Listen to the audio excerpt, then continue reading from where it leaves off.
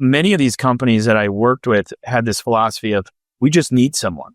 And if you just need someone, you're running off your good employees. So in corporate America, you are rewarded for perfection. So you get rewarded for not making mistakes. You don't get rewarded for taking risks unless they hit. Startup life is, you have to just go.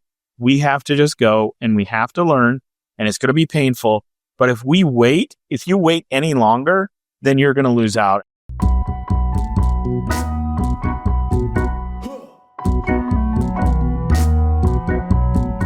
Welcome to another episode of the Organized Chaos Podcast. Today, I am excited to welcome Michael White, the founder of Secchi, the #1 employee relationship management platform, helping organizations improve employee engagement, accountability, and productivity. Before starting Secchi, Michael built an impressive career as an HR leader in large enterprises such as Caterpillar, Fairlife, and Masterlock, where he developed a reputation for being a data-driven decision maker and champion for culture building. Inspired by the gaps and inefficiencies he observed in workforce management, Michael made that leap into the startup world to launch Secchi with a mission to simplify frontline leadership and empower organizations to drive positive change. Now, more than 3 years into the Secchi journey, Michael has successfully navigated the challenges of startup life while scaling a company that's already driving tangible results for its customers. Michael and I talked about what inspired him to take the entrepreneurial leap, the lessons he's learned along the way, and what it takes to build a company positioned for long-term success. So without further ado, let's dive into the conversation with Michael White. Welcome to the show. Happy to have you here. And I've been really excited to have this session after our initial conversation. Two HR folks, hashing it out. So, Mike, I'd love it if you could share your story with us and your journey as a founder with the listeners, and really what inspired you to start Secchi and go from there. Yeah. So I've spent the last 20 years in human resources in factories and supply chain roles. So I worked at Caterpillar, Johns Manville, Fairlife Milk, and most recently Masterlock before I started this company. And every single factory I've ever been in, the plant manager says, I got a great team. And I'm like, yeah, well, I just came from this other factory and the team isn't as close. You guys are not as good as you think. And then I go to a factory and the plant manager's like, these guys don't work very hard, or supervisors can't learn anything. And I'm like, actually, I think these folks are pretty darn good relative to what I see. But you only get that experience if you go across a bunch of factories. So I saw this problem of frontline leaders. The hardest plan in every factory is frontline leadership. The hardest place to work is frontline leadership. And I saw this problem over and over and over again, 65 plus factories, of how is the workforce doing and how are we relating to our employees? And you can call it engagement. We do engagement surveys every 18 months. But the level of challenge that an HRIS system puts on a frontline leader, like they have to be a navigation master. They have to learn how to write people up. They have to learn how to recognize people. They have to learn to document coaching opportunities. They have to keep track of employees' attendance. And those 4 things might sound easy to do. But when you have 40 people reporting to you and remembering, this person has FMLA, this person has off Tuesday, I switch shifts with those people. An HRIS system doesn't work. And so that's where I came in, as I saw this opportunity after having to pay a lot of people that were really bad employees to go away, is what if we made it really, really easy for a supervisor to do their job? And that's where Secchi comes from. And the name Secchi is named after a Secchi disc. So a Secchi disc measures the clarity of water. So I'm up in Milwaukee. Lake Michigan's just right outside our door. And if I go out to Lake Michigan and say it's a clear day, I might be able to see 10 to 15 feet in that water. But if I'm down in the Gulf, I might be able to see a clear day might be 120 feet. And I saw the parallel between going from plant to plant all over the US, all over the world, and going, I wish I had a way to capture how good we are here. I wish I had a way to capture how good we are there.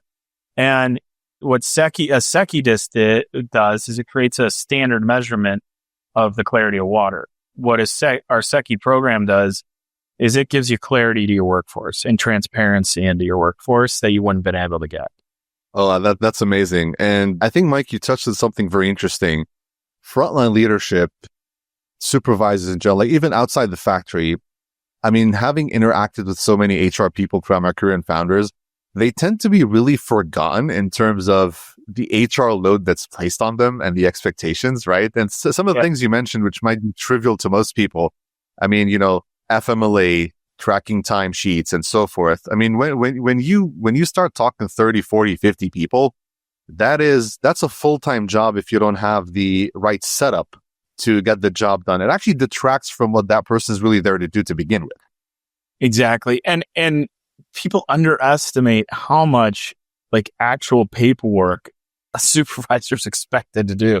And it's funny, one of the first things whenever we go and implement, they go, this is one more thing. I'm like, I'm going to give you one more thing, but I'm going to take 15 things off your desk. And we essentially took the idea of a CRM. So like in sales, you keep track, not some ops people don't know this, but in sales, you keep track of who you called, if you go on lunch, what you talked about. And it's not disingenuous in the sense like taking notes is a good, in factories we do, whether you're in a factory or not, a lot of factories, you carry these hardback books and we pretend like we're going to go open it up again. We never do. What we've done is we made it really easy to document that share with other people. And just when you do that, you free up a ton of supervisor time. No, that's great. And you're in a unique spot. You're an HR professional who founded an HR tech company. That is not very common, right? And I mean, at least in my case, I've seen very, very few, people like you. What are some of the biggest surprises that you have experienced from transitioning from your role as an HR leader to a founder of an HR tech startup? And what are some of the key differences you've seen between corporate life and a startup? And maybe things that you had misconceptions about, things that genuinely surprised you. And would love to hear your take on what those are. My absolute biggest surprise is how weak HR folks are in seeing the bigger picture, because I'm selling to HR people now. And I'm like, you sit down with people and you go, I'm going to save you 50 hours of work, like between you and the supervisor, maybe 100 a week, hours of work. And HR people I think that HR tends to be people that are risk averse.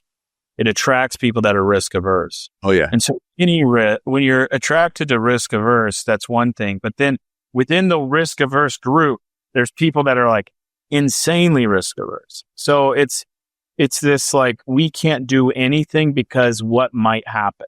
I would tell you that's not a recipe for a good business if you're constantly scared of what's happening. But that's shocking to me because when you get the group HR, I'm on one end of I'm a risk. I like risk, which is not very common. So that's the most surprising, is talking to other HR professionals and being able to just lay out in front of them hours of time saving, hours of efficiency, a metric to track engagement on a daily basis, and not being able to connect the focus on the compliance piece and not being able to connect, I'm going to make my business better.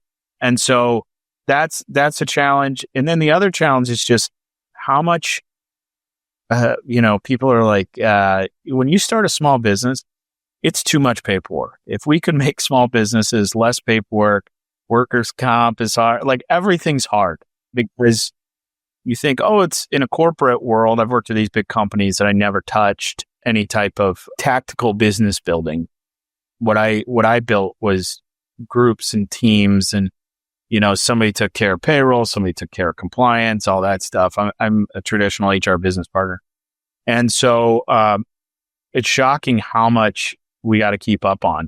It's just a lot of paperwork. The first point you mentioned super resonates with me because, I mean, funny enough, it's one of the topics I talk a lot about on the podcast with other guests and also through the newsletter and so forth, is that how a lot of times HR people are not thinking of doing, hey, what is best for the business and what's in the interest of the business. It's like, hey, this is scary to make this change. This is how we've been doing it. This is how we're used to doing it. Let's just leave this be for now. And although this is actually better, it's going to save you time. It's going to save you money. It's actually going to let you do what you're supposed to be doing, which is not being knee deep in paperwork. It's actually doing things which move the business forward on the people front. So that is such a tremendous thing. I mean, and it's so common and prevalent in the HR community that no wonder a lot of times we hear a lot of the sentiment around, hey, HR isn't thinking business. They probably aren't at the table because they don't think strategy, very tactical in their own little cocoon. So that makes a lot of sense for sure. So ask for permit. It attracts people that ask for permission, not forgiveness. And that's okay. But there also is this thing where you go, hey, look, if I told you our software, anybody listens to this, I can guarantee a 50% reduction in turnover of your hourly workforce. I could guarantee that. That's pretty big. Yeah, it's big, right? Like I could sit here and you don't even have to pay me if we don't if you use our software the way that it's designed to use, you will cut your turnover in half. Okay.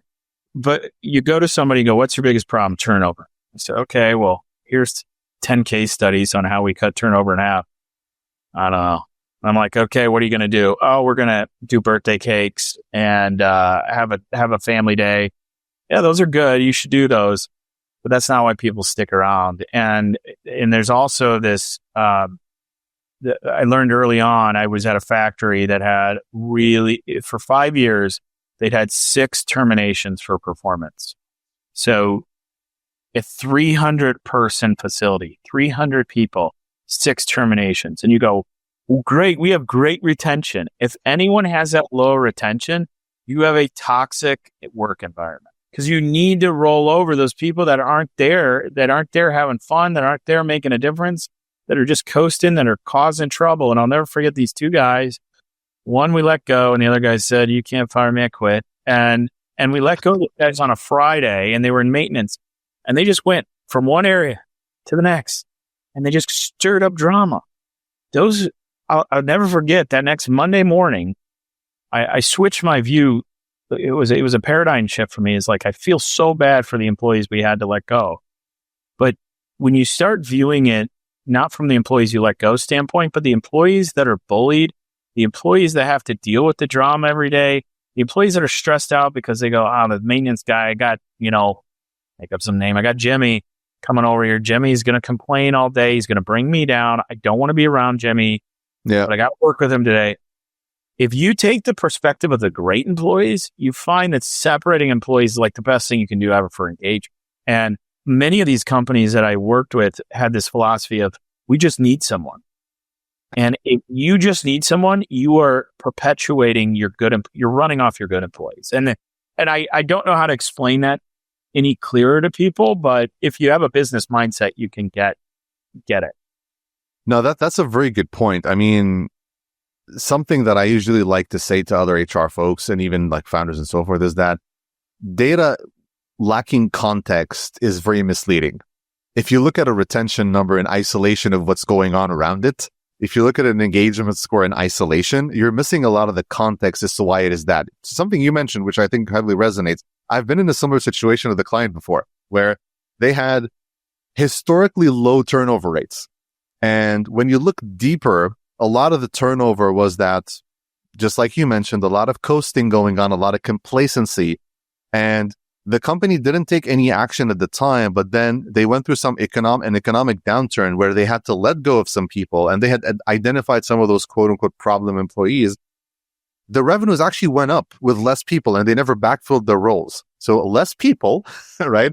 Less hands on deck, higher revenues. It's the classic addition by subtraction, but because you're subtracting the people that were not adding value, they're actually dragging you down. So yeah, that makes a lot of sense.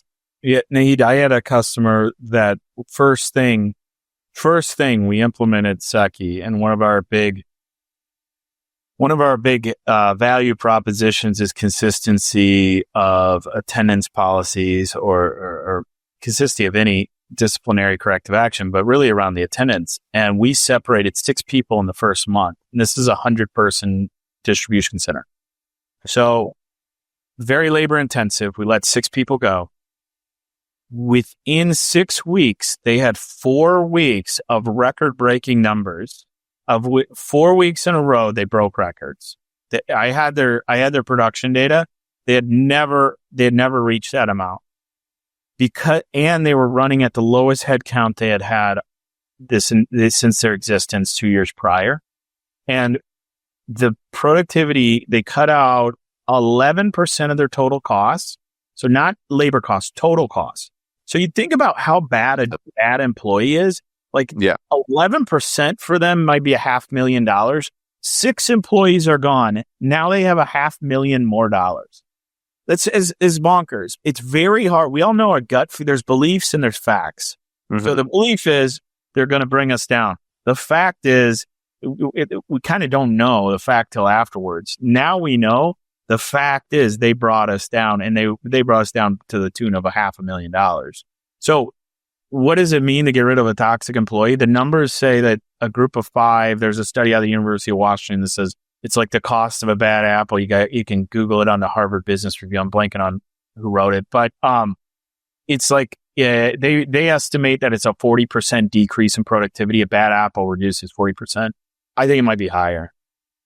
Yeah, I mean, I completely agree. Like, there's so many instances where just having the wrong people for the company. And again, I mean, it's not like we're advocating for like terminations left and right. It's that not every company is right for every person and vice versa. There are cases where that quote unquote bad employee could actually be great somewhere else. They just don't fit your specific environment, the way you need to do business and so forth. But when that exists and you just, keep kicking that can down the road. And what I classically hear from startup founders, especially companies that are growing quickly, is, we need hands on deck. If we let this person go now, it's going to hurt us. We're not going to be able to meet our targets or goals or things of that sort. But I mean, you just laid out some facts where actually you're already doing that by not, taking this person out of this role where they're actually hurting you actively and you just aren't seeing it. Yeah. And I would say too, is like, there's like, I've been a bad employee. You've been a bad employee at times. There's things, I like to think about it like waves. That's how I got through operations. If you've ever worked in a factory, you know this. There are times where the waves, like you're just climbing up, there's no end in sight. And then all of a sudden the wave breaks and you're like, 2 months later, you're like, I haven't had a emergency in 2 months. This has been great. And then it builds back up. And so, that's also a great way to manage your relationship if you're married. I do that with my wife. I'm like, hey, I'm going up on the wave, especially if there's contracts or if it's union or non-union. Like, I'm like, hey, this is a building. And I use that analogy at home to manage expectations. But sorry, got off topic. The wave hits, like being ready for that wave, one, mentally, but two is like knowing your own performance during that period. If I'm going up on a wave and I hate every single day and I never think it's going to end, I'm not doing my best. Yeah. And that was one of the reasons I left one of the jobs. I just felt like I wasn't important. I wasn't given my best. And then if you're intrinsically motivated at all, you want to give your best every day and you're not giving your best. And then it's exactly like, hey, I got to do something. Vicious cycle. Yeah. Exactly. That makes sense. So Mike, let's shift gears a little bit and talk about sort of your experience in startup life as a founder. So, I mean, your company has been around for over 3 years now, which is, I mean, it's in its own is an incredible milestone because a lot of startups actually failed before that time. I'm interested in what do you think have been the key factors that have allowed Secchi to really establish itself and grow? But also, I'm interested in your perspective on, were there any preconceived notions you had about startup life before you got into it? And did they turn up quite different now that you're actually in it? Yeah, I think you hear the thing, and I mean, I've heard it so many times. I follow a bunch of podcasts. I've been in the corporate world so long that I had to break some habits. The biggest misconception is because I see value, I thought the customer would see value. And one of the things that if you listen to any startup deal is you gotta, the Y Combinators, whoever, is you gotta go interview potential customers and you gotta see if the problem exists. And problems exist and people will tell you that they will pay for it, but actually cutting a check is a different deal. Like, am I going to go cut a check for your business? And especially in the first year, it was just the uncertainty is astronomical. Even 3 years in, it's still our first year, we weren't even commercial. Did the idea. I jumped on a thesis of, hey, if we care about people, if we make it really easy for supervisors to care about their employees and give them a guide on how to deal with employees, it's going to reduce turnover and improve the facility. That's a belief, not a fact. Now it's a fact. But operating in that uncertainty is very hard. And I think everybody that has ever started a business goes, would I do it if I knew what I do now? I don't know that I would do it because it's so freaking hard.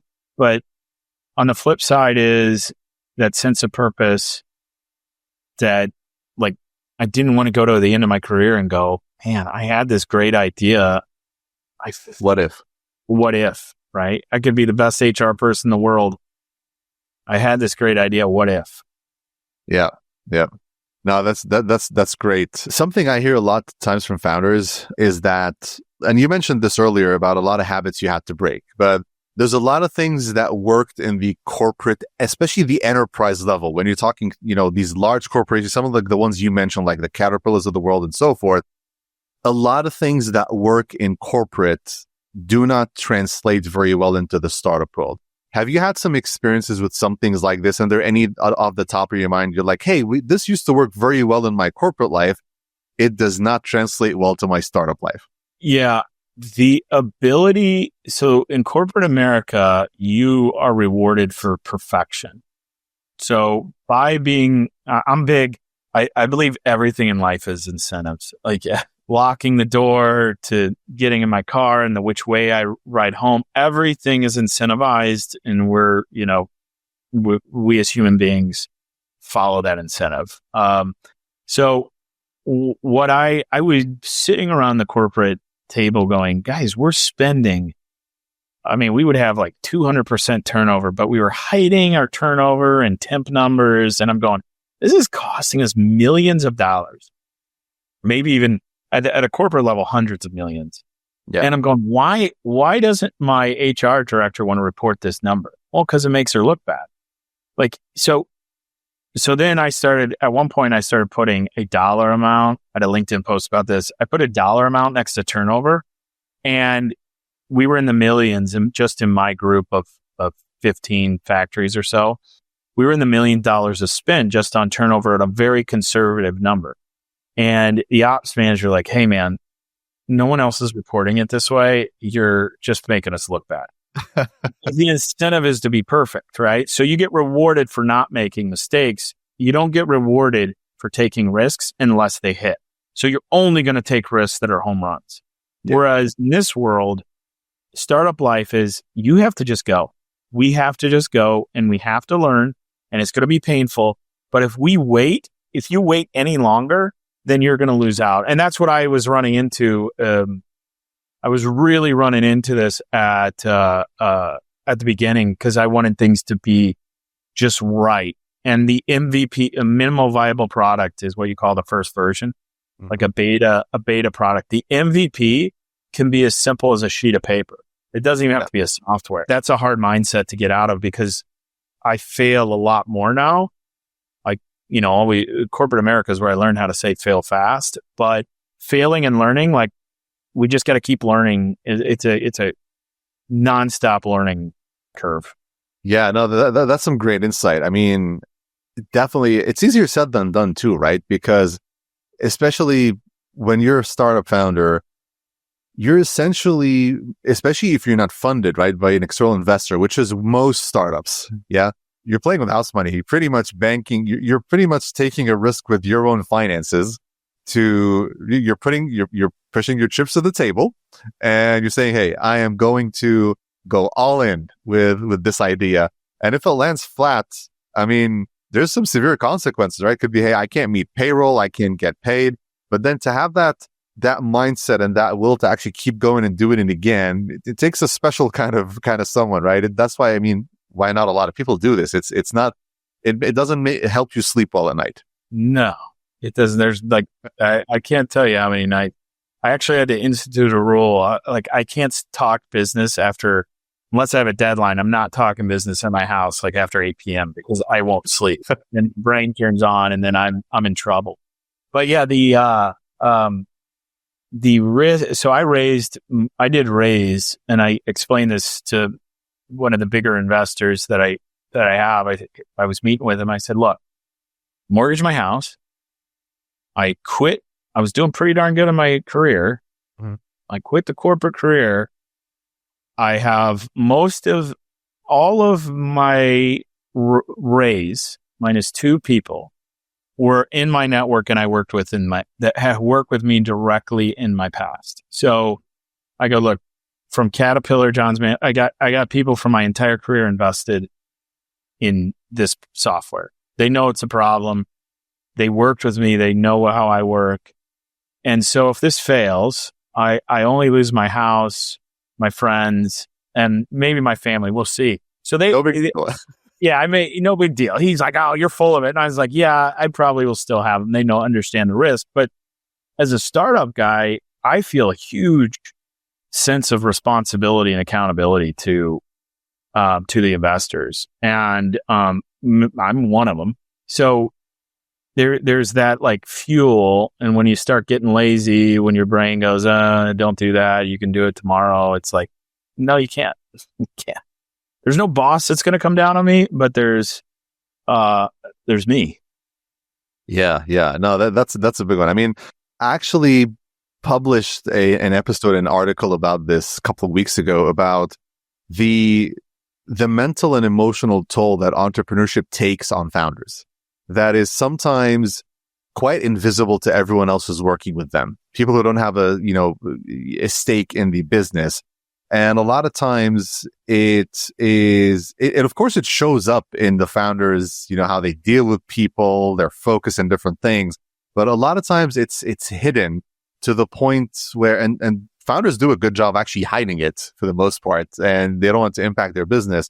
But it's one of those things where it takes a deep toll if you don't recognize it, if you don't put boundaries around it, and you have, support network, family and others.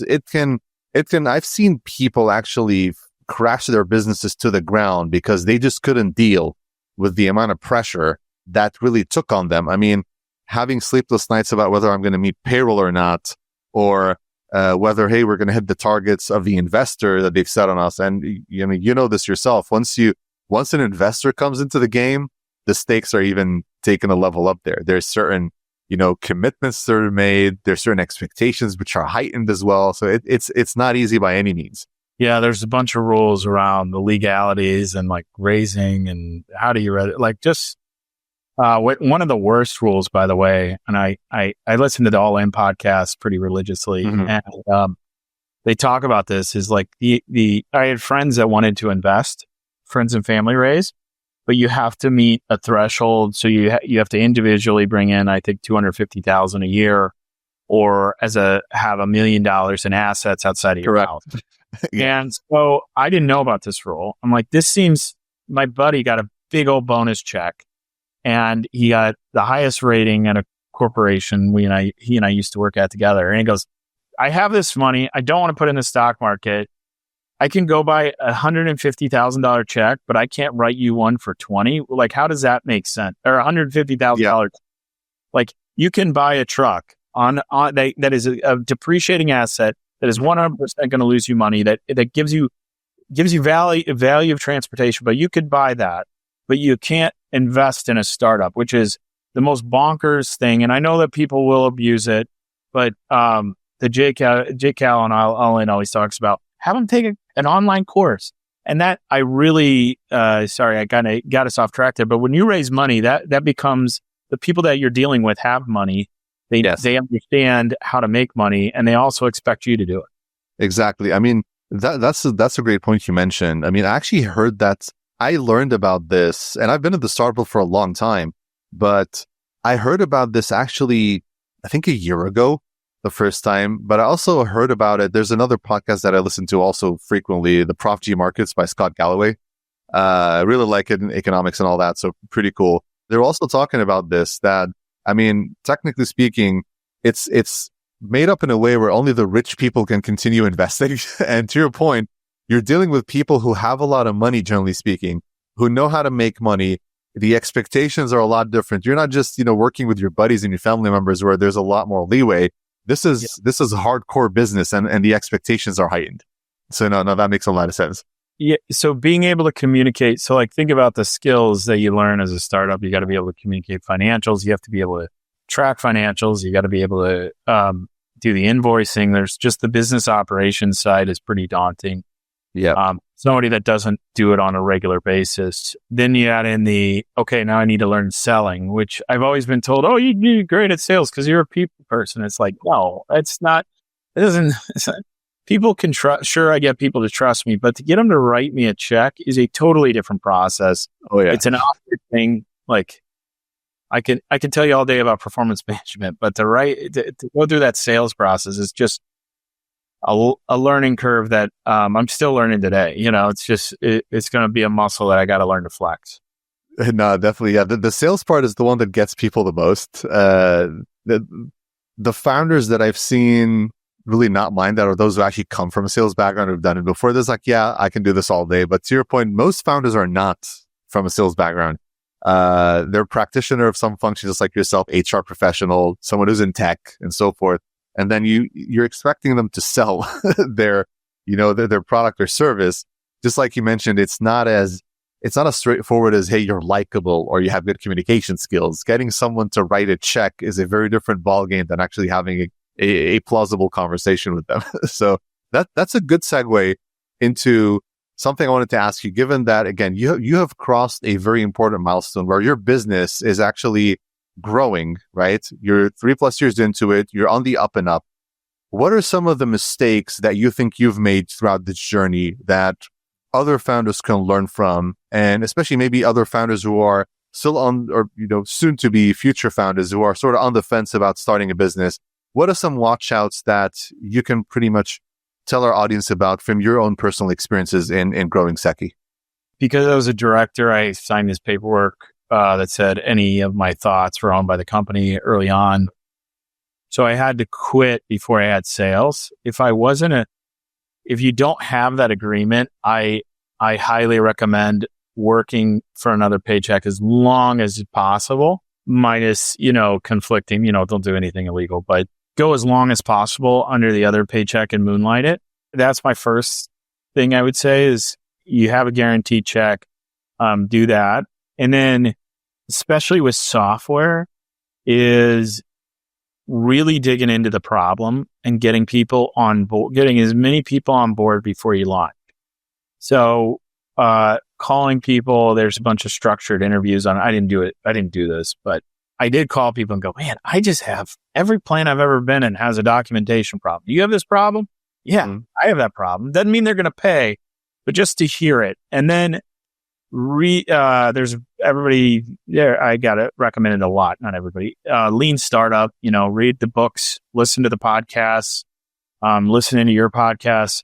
You got to be able to consume an enormous amount of information very quickly, and being shameless is very helpful. Is you got to be able to you got to be able to. I mean, you guys can look up my other YouTube interviews. You can look up my old podcasts, but you just got to do it.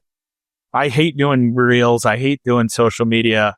I actually like doing podcasts, but I like doing speaking of them. Yeah. But those type of things, you got to be able to find that and then iterate. And I'm not saying I'm be all end all. I'm still working, we're doing the right things, but, just getting better every day. No, those are some great inputs. I mean, I love the point you made about that communication with customers to, even if you're not doing a lot of people are not product professionals where they don't know how to do maybe that customer research to the depth, maybe that's, best practice would say, but validating the problem is so important because although and I like what you mentioned is you're someone who's actually been in the shoes of your customer.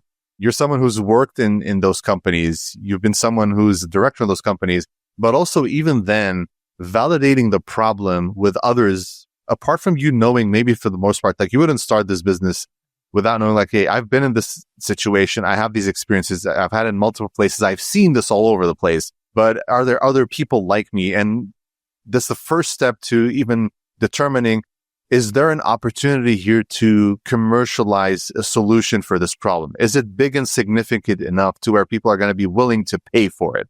Which is really massive because, I mean, I agree with you. I've seen a lot of founders over the years who get so obsessed with their idea, and it's something that they believe in, and it's something that they will, like, it's a hill they will die on, but it hasn't necessarily been put to the test with other potential customers, people who will actually be the people who this product or service is going to be pitched to, and people are going to be writing the checks.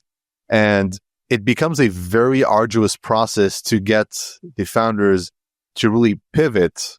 And a lot of times, I don't know if you've seen this before interacting with their founders or so forth, but they start doubling down on it and trying to quote unquote educate the customer and why this is a problem worth paying for.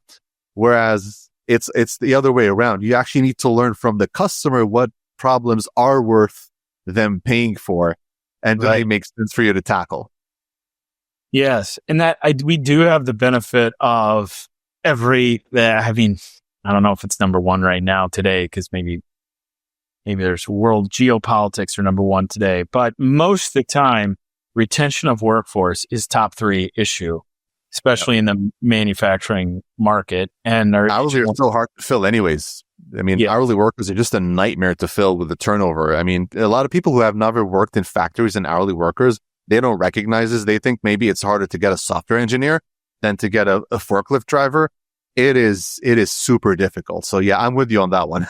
And what's crazy is and whether we have customers in retail, we have grocery stores, we have construction, we have education, and it's all the same. Like it's kind of the same problems everywhere. The entry level jobs pay okay, but they pay low. And then so that means you're recruiting sometimes younger people or people that have been displaced or whatever. And so they got to learn a skill set, and they don't really get paid until they're promoted a couple times from that role, or they just are somebody that likes that role, is happy, can live the life of that average pay. So when you're recruiting that group, it's not the same as recruiting your management CFO. And I think one of the advantages growing up in a small blue collar town in farming town in central Illinois is my friends were all different walks of life, because there's only 100 in our class, so you had to be friends. You're friends with everybody, but you meet a lot of people that have been in the C-suite, that are from the C-suite suburb, that you're like, do you understand what's going on here? Like, you need to say hi to these guys, and you need to just hang out and ask what they're doing, even though it's not interesting to you. So that relationship building is a key problem across all businesses, recruitment, retention, and it costs a ton of money. The education part for me is how much you're actually spending on turnover. So I do spend a good bit of time going, oh, you lost 100 people last year. What'd that cost you?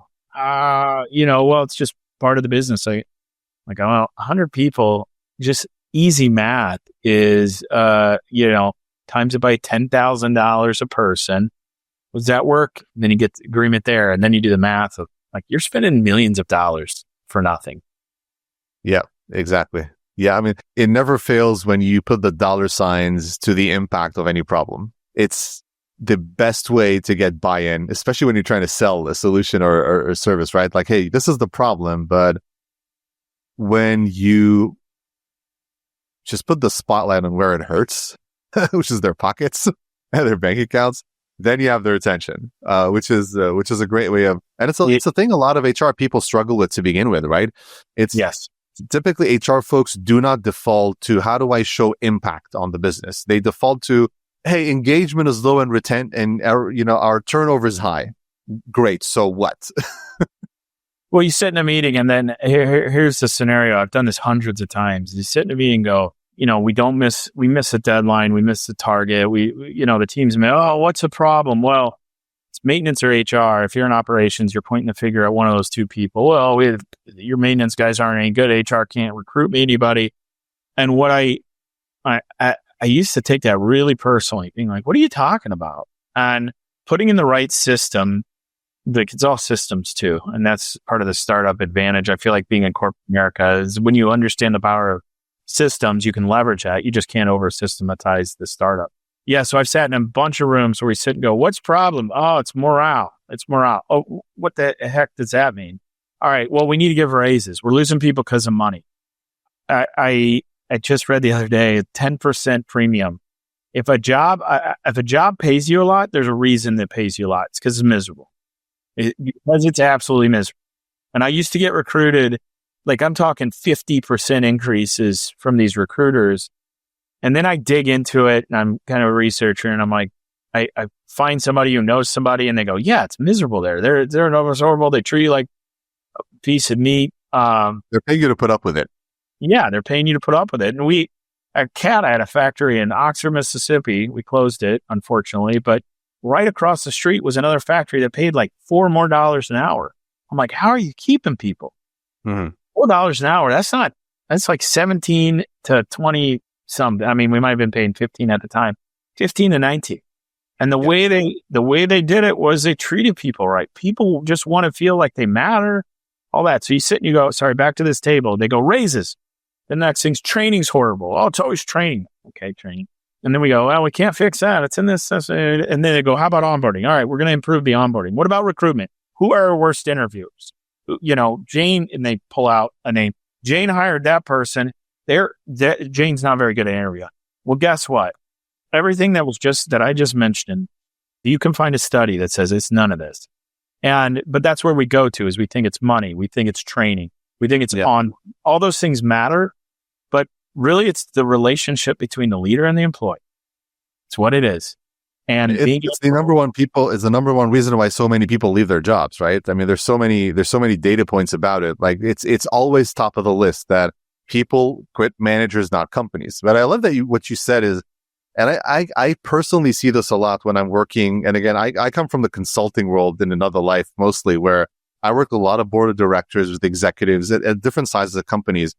A lot of times with the stuff you mentioned, that example you gave, like it's probably this, it's probably that. It feels like a lot of throwing spaghetti at the wall and hoping something sticks and ends up being the solution to the problem or what the problem actually is. And as opposed to it being a really scientific, data-driven, logic-based kind of assessment of the situation, as opposed to it's probably this, it's probably that. And then you go down this rabbit hole that leads you nowhere.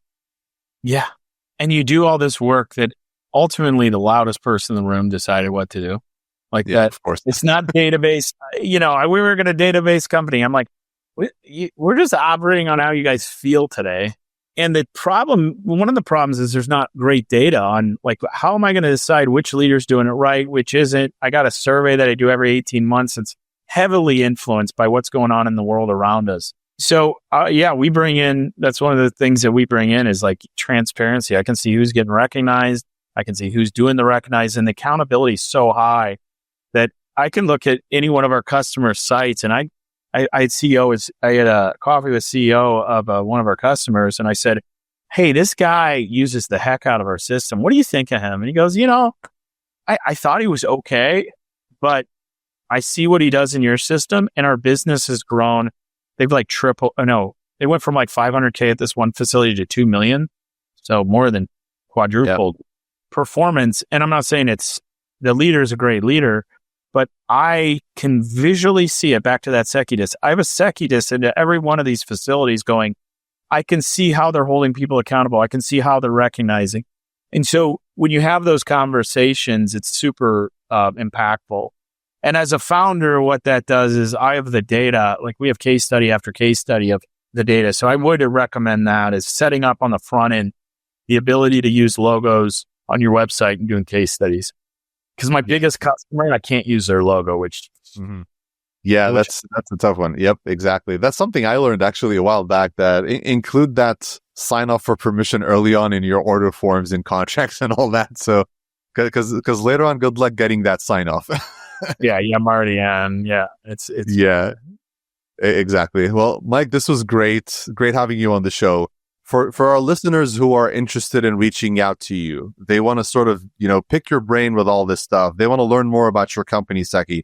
What's the best way to reach you? And what's your company's website, which I'll include everything in the show notes. So it's secchi.io, secchi.io. And you can find me on LinkedIn. mikewhitesecchi.io. Look at our website. If you want to schedule a meeting, you can fill out that form. We usually call you within at least an hour of filling out the form. If you have any question about any HR topic, I'd love to talk about too. 20 years manufacturing operations. I got some pretty good templates. No, I mean, that's some startup speed. We'll call you after like an hour or so. I mean, that's some blazing fast stuff. So that's some startup life for you. Yeah, I actually got one. I'm kind of feeling guilty. I got one right before this call, and really, oh man. Yeah. Well, and it's for me to call my other founders, co-founders. So. No, that's great. I hope they keep coming, and I look forward to seeing Secchi keep growing. Mike, this was great. Thanks a lot for your time, and for all the listeners out there, a lot of learning points here. Hope that you guys reach out to Mike, learn more about Secchi, and hey, if you're running a facility that can use something like this, definitely reach out. And thanks again for listening, and looking forward to seeing you on the next one.